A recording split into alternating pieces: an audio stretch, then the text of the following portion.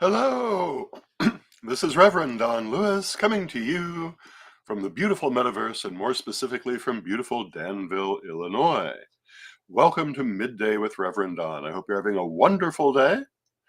And we're having a lovely, very temperate day here in central Illinois. And I hope that you are having a lovely day wherever you are.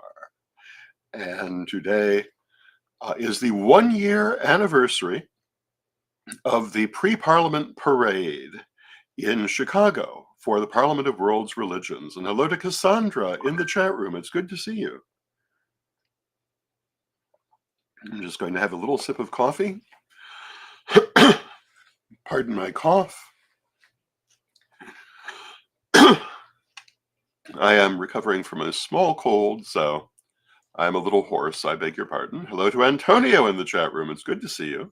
So 1 year ago today, at this time, we were just about completing, if I remember correctly, the preparations for the Parliament of World Religions opening parade. And hello to Arlene Hebert in the chat room. Hello to Black Crystal. Later today, I'm going to be republishing, hello to Janet Winston, many of the photos from that parade. It was a wonderful experience. It was a great time. And visually, absolutely beautiful. Hello to Renee in the chat room. It's good to see you, Renee. And to me, it's particularly stirring to remember that very exciting week. So if you're following me on social media all week long, during the 1 year anniversary of the event, which actually ran from the 14th to the 18th, I'm going to be putting up many of the pieces of media that we created at that time to remind everyone of just how great it was. And today, we're going to be talking a little bit about why it was so great, why it was worth doing, what the long-term effects of it are, and also what the short-term effects were. And the biggest short-term effect is that it's simply exhilarating to be at the Parliament of the World's Religions. The Parliament of the World's Religions has been described as the Olympics of religion. And, I don't know if that's the best term for them, but it does adequately describe the feel of the event. It has an electricity about it that is unlike anything else. And of course, it is a wonderful time for people of many of the world's different religions who wish to come together to be able to do so, to meet people from other religions, to find out about those other religions, to share details of your religion in an atmosphere where everyone wants to learn and get along. Now, of course, we all know that there are religions that are not interested in getting along, that do not want to have good relations with other religions, but they mostly don't come to the Parliament of the World's Religions, at least not at this point. The ones who are there are the ones who want to get along. And hello to Mary Cavalcante in the chat room. And hello to Steve Taylor in the chat room. And Mary says, hello, Lord Don. It's great to see you. It's great to see you, Mary, always. It's great to see everyone. The Parliament, well, let me, for those of you who are not familiar, give you a brief recap of the history of the Parliament. The first Parliament was held in 1893 as part of the World's Fair in Chicago of that year, the Columbian Exposition, I believe it was also called. And the founders of the Correllian tradition were present for this event. They were certainly not part of the event, but they were in the audience. And the proof of that is that we still have their ticket to the event, and we brought it to the Parliament last year. And probably tomorrow I will be putting up again the photo of that ticket. And they considered it so important that they preserved it for 100 years and more, so that we were able to pull it out and bring it. 100 years later, a group of forward-thinking people looked back at this event, which brought together religious leaders of many different religions to basically expose to the world what their religions were about, or perhaps more appropriately expose to the Americas what their religions were about, and thought, this is a wonderful thing to do again. And they began working on a revival of the Parliament of World's Religions for its 100th anniversary. And Ed the Pagan, my very good friend and long-term partner, became involved in this several years before it happened and worked in the offices.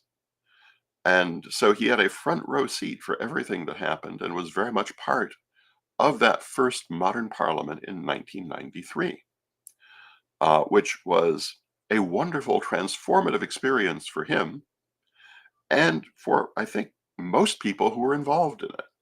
It certainly had an amazing effect on the Chicago pagan community, and I think had a major effect on the pagan community as a whole. And it was, again, electrifying. It was a wonderful experience.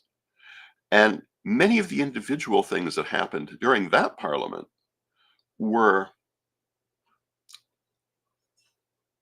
epic in their own right. And the one that I particularly remember, at every parliament, Tibetan monks have created a sand painting specifically for the particular parliament. If you're not familiar with this art, they take tiny grains of colored sand and create an elaborate artwork which exists only for the period that it's created for, and then at the end is swept away. They're incredibly beautiful. And they did one for this first modern parliament. And the night that they had finished it, cameras caught a small boy basically coming and wiping the whole thing away. And a lot of people were outraged. But the monk said, "Oh no, this is what it's there for. It represents the temporal nature of life. The little boy has played the role of time, which scatters all things." And I think that is a very important lesson. And then the next day they went back to work creating a new painting. And I've had the great pleasure of watching, and in some cases videoing, the creation of some of the subsequent sand paintings that have been made for every parliament. And it's absolutely wonderful. And hello to Marcy in the chat room. And Marcy says, "Hello, Rev Don. Some of my friends have attended." Wonderful. And Steve says, "I'm excited to learn about this. It sounds like a great topic to explore." It is. And again, during this 1 week anniversary, I'll be talking about it quite a bit. And there is a lot to learn that you may have missed last year when it was actually happening. We put out so much material that it's easy to miss some of those things. And of course, there's more than just our material around, so I highly encourage you to look for more because there's plenty of it. The Parliament is always wonderful, and there has been a Corellian at every one of them. And Ed the Pagan in particular has been at every modern Parliament, and I have been at many of them now. And last year was our largest Corellian delegation ever. And we made a massive showing of our Corellian people and really stood up to represent our tradition. And it was a wonderful experience. And it was a statement to the world, in my opinion, of our resilience and strength. Now, some of you who have followed will know that this was not an especially good time within the tradition. There was a lot of conflict happening, but we still did it, and we still did it well. And a year later, we're as resilient and strong as we ever were. And one of the reasons I'm celebrating this anniversary is to remind everyone we are still as resilient and strong as we ever were. And I, for one, am very proud of that. And I think all Corellians should be. And we did things at this parliament I don't know that many pagans have done at previous parliaments. And one of the things we did is we were able to represent our organization not only during the opening parade, but during the opening procession and on the stage during the opening plenary. Three of the highest ranking members of the Corellian tradition, two members of the first priesthood, and our paramount priestess for Africa were there on the stage with all of the prominent religious leaders. It was a wonderful experience. It's something that we have worked for years. And there are many other exciting things that happened that week. One of them was the film Journey to the Parliament, created by Ed the Pagan and myself, which talks about Ed's journey through 30 years of the Parliament and the thing that motivated him. Again, pardon my cough. This is basically caused by the clearing up of the little issue I have had, but in the last day, it's always worse. But one of the things that Edward talks about, and perhaps we'll have him come on and talk about it himself, or you can watch it in the Journey to the Parliament movie, is that way back in 1993, one of the trustees of the Parliament pointed out, as he was arguing for the rights and representation of the pagan people, that we should consider ourselves lucky to be there, that we were there on sufferance, we were being tolerated, and that we did not even meet the minimum requirements to be considered a religion in the point of view of the organization, that they had bent over backwards to accommodate our community. And one of those issues was numbers. And apparently 100,000 is the minimum number to be considered a legitimate religion. And they did not feel the entire pagan community could represent that number at that time. And, people have spoken to me and to Edward and to others over the years about, why in subsequent years did we feel that numbers mattered so much? Well, this was part of that reason. And over the course of the years, we were able to come back with 100,000 people in our own court. Ultimately, far more than that, to represent ourselves by all standards as a world religion. A small world religion, arguably a junior world religion, but a full world religion. And that is particularly what we were doing last year. And hello to Fox for Witch in the chat room. And I see an archpriestess, and there's a certain irony in that by itself, once said to me, well, why are numbers so important? Well, they're important for recognition. And they're important for having a seat at that table. And what's so important about the Parliament anyway? Well, it is the table. It's one of the big tables where religious leaders gather, and it has a huge impact on the standing and the relationship of religions in many parts of the world, not all. As I say, those people who don't want to get along don't come in the first place. But there are many important religions of the world represented at the Parliament. And one of the things that happens there is they see other religions and form their opinions about them. Everyone at that Parliament is a substantial member of the community they come from. Most of them are religious leaders and therefore also important opinion makers. Often they're even setting official opinions. So to be able to interact with them on an equal level, to be able to interact with them in a way where we can represent ourselves to them, where we can get to know them as people, where we can create um, the positive impression we hope for, is a powerful thing. And I, for one, am very proud that we have been doing this now for so long and that we have achieved so much progress with it. And last year, a wide range of Corellians came to that parliament. Not as many as we originally hoped, and certain people were notable by their absence. Um, but I have nothing much to say about that except that I think it says something.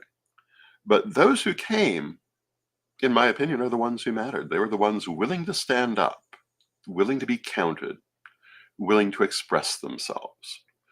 And there were even a few who came and then refused to do anything um, because of some of the tensions that were happening at that point. But that's on them. Most of us were intimately involved in that event. And hello to Mary Hawk in the chat room.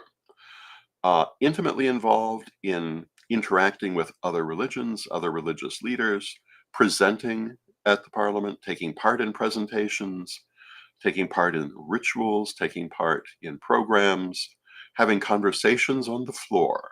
Just conversations on the floor is important. Every interaction at the parliament is important. And it was a wonderful time. As I say, 1 year ago was the pre-parliament parade, which was a feast for the eyes and for the soul. Tomorrow is the 1 year anniversary of the opening plenary, the opening procession. So tomorrow I'll be putting up photos of that. This afternoon I'll be putting photos of the pre-parliament parade, and also tomorrow I'm going to be putting up the videos again. And we have a lot of videos from the parliament, and Mary Hawk in the chat room did a lot of them for Corellian TV. And Mary Hawk says, reading tarot on the floor of the Parliament with Reverend Brian was an experience I will never forget, and I'm sure that's true. And they did their tarot program on the floor of the Parliament of the World's Religions, and that was remarkable. And there are so many amazing memories.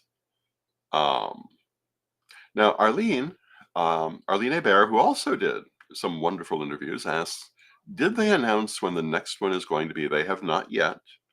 And it is the Parliament's custom that they don't normally announce when the next one's going to be until you get relatively close to it. Part of this has to do with looking for an ideal location. Um, and the rest, I guess is just how they do things. So it'll probably be a little while before we hear. But they have not yet announced it. But when they do, I will myself announce it just as quickly afterward as possible. There are any number of places it can be. The Parliament's been all around the world. Um, the modern Parliament, well, the first Parliament was in Chicago. The modern Parliament has now been in Chicago twice, but it's also been in Spain. It has been in Melbourne, Australia. It has been in Cape Town, South Africa. It has been in Toronto, Canada. It has been in Salt Lake City. Um, it has been all around. Um, Maybe not quite all around the world yet, although the people who come to it are from all around the world. But it's moving all over the world. The next one might be in India, or it might be in Europe again, or it might be back in Africa, or it might be in South America. Or it might be another in the United States, who knows? Um, but at a certain point, they will announce it, and you will certainly hear about that here. And I have to say that part of the charm of the Parliament are all these different places where it occurs and getting to see at least a little bit of the local culture. And I can tell you, the best sushi I've ever had in my life was in a very ordinary looking food court in Australia, um, up the street from the Parliament. We were amazed. Um, I also had occasion to try kangaroo in Australia, and I must tell you, kangaroo is absolutely delicious. And that has led me to have the point of view that there's a direct relationship between how cute an animal is and how tasty it's likely to be. But take that for what it's worth. Of course, it's not true of like lobsters, but that's beside the point. Um, but in Africa, um, I did not attend the parliament in Africa, but I've been to Africa a couple of times and had such wonderful experiences there. Um, and we were very happy to have Lady Rain from Africa join us for Parliament in Chicago last year. Very happy to have Sir Rolando Comon come from the Philippines, and people from across the U.S. and and various places coming in from Canada, coming in for the experience. It was wonderful. And so many people, and you'll be seeing many of them in our photos as we go forward, some of them in our interviews. Um, it was a fascinating time. And I, I'm not sure what all I'm going to be putting up to commemorate it, but other people besides me are doing this as well. If you're following them on Facebook, you will have seen posts from from the Most Reverend Phoenix Coffin Williams and from Reverend Sir Ebony Nash about their Parliament experiences. Um, and I'm sure there are many more coming. And it was just a fabulous time. But it was also a very important event and a very important ongoing mission. And what is that mission about? Well, I've talked a lot about leadership recently. I also talked a lot about Project 2024. And please do not think that has gone away. And certainly don't think I'm not going to talk more about it, because I am, but not too much today. But things like the Parliament are part of how we answer the call to leadership, part of how we answer the challenge of Christian nationalism, by going out on that world stage and playing our role, by representing our tradition and our community to the wider world in a positive way. And these are not always easy things to do. The amount of money it cost to mount that mission to the Parliament was very large.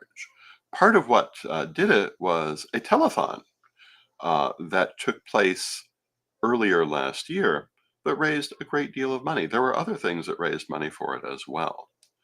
Um, the church itself put up money for it because it doesn't happen for free, but it was well worth the investment to have the level of presence that we had, to create the effect that we created, and to have the memories that we have from it. And these are some of the things I would say. Now, among the videos that I'll be putting up, in addition to interviews with some of the fascinating people who are there, some of them are people, some of them people from the wider community, there are also a couple of important events. There was the Freedom Ritual that happened 1 year ago Thursday. And on Thursday, I'll be putting up the video from that event. And that was an event put on by the Chicago pagan community to work for freedom and I would say also for peace. But it was the Freedom Ritual, and the theme of that year's Parliament was freedom and human rights. So this was a very appropriate ritual for that, and I was very proud to be able to be at that ritual. Very proud of the fact that we have video of that ritual, and very proud of the fact that a very large portion of the participants were Corellians.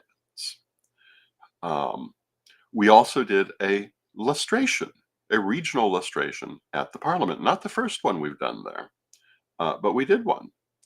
And that was a wonderful experience as well. It was also captured on video, and we'll be putting up that video in the next few days again.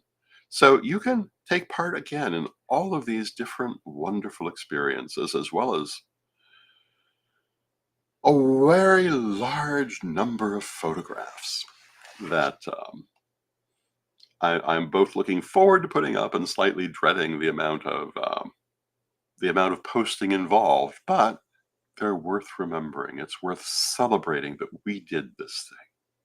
And I hope that all of you, particularly those of you who are Corellian, those of you who are friends of our Corellian tradition, those of you who follow our work, will find this a wonderful memory.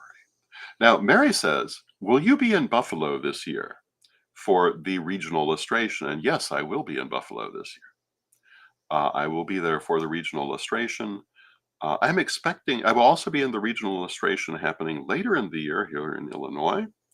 And it's my expectation that I will be at the future global illustrations as well. At least so long as my health permits. I mean, I'm sure there will come a day as I get older that, like Lady Crystal, I'll no longer be able to attend. But as long as I am, I plan to be there. And why? Well, because this is my life's mission. And, last year, my life nearly came to an end more than once. And, for a while, it seemed like there was nothing left for me to do with this mission. But that has changed. My health is much better. In many ways, it is restored. And I still have much work to do in this world and plan to do it. Now, Arlene says one of the best photos was the hug between you and Rolando, and this is absolutely true. Sir Rolando and I had waited many years to actually meet in person, and when we did, there was a wonderful embrace that Arlene caught on film, and that will be one of the photos going up later today. And if you've never seen that one, it's a very heartwarming photo. And many of these photos, I think, are very heartwarming photos, both because of the joy involved in them, and as a Corellian, just because of the accomplishment. And I think we must remember the accomplishment that we achieved at this Parliament of the World's Religions. And again, this is a sign of our resilience and our ongoing strength. And I think that as Corellians, we should all be very proud of that. Now, with that, I see we've come to the end of our half hour. Tomorrow, I'll be back with Chris Copeland talking about Corellian publishing. On Thursday, my guest will be Ed the Pagan, and we'll be talking about that freedom ritual, why it was important and what it meant. So thank you for joining me, and let us close with our prayer, as we always do. Divine Mother Goddess, Divine Father God, beloved ancestors, we ask you to help us to always find our inner strength and to go forward, even in the midst of difficulty, even when health is not the best. Help us to find the strength to get up and keep going, and to retrieve our good health, to retrieve our strength, to retrieve our mental health, and to continue the things that we are in this life for. We all have our purposes. Some of them are larger than others, but every one of them is important. And help us all to stay on our path and to express our joy in this world as we accomplish the things that we seek to do. Beloved Mother Goddess, beloved Father God, beloved ancestors, we thank you with great love. And knowing you are always with us from respect, we thank you for your presence, and may you be blessed now and always. May you be blessed now and always, and I'll see you tomorrow.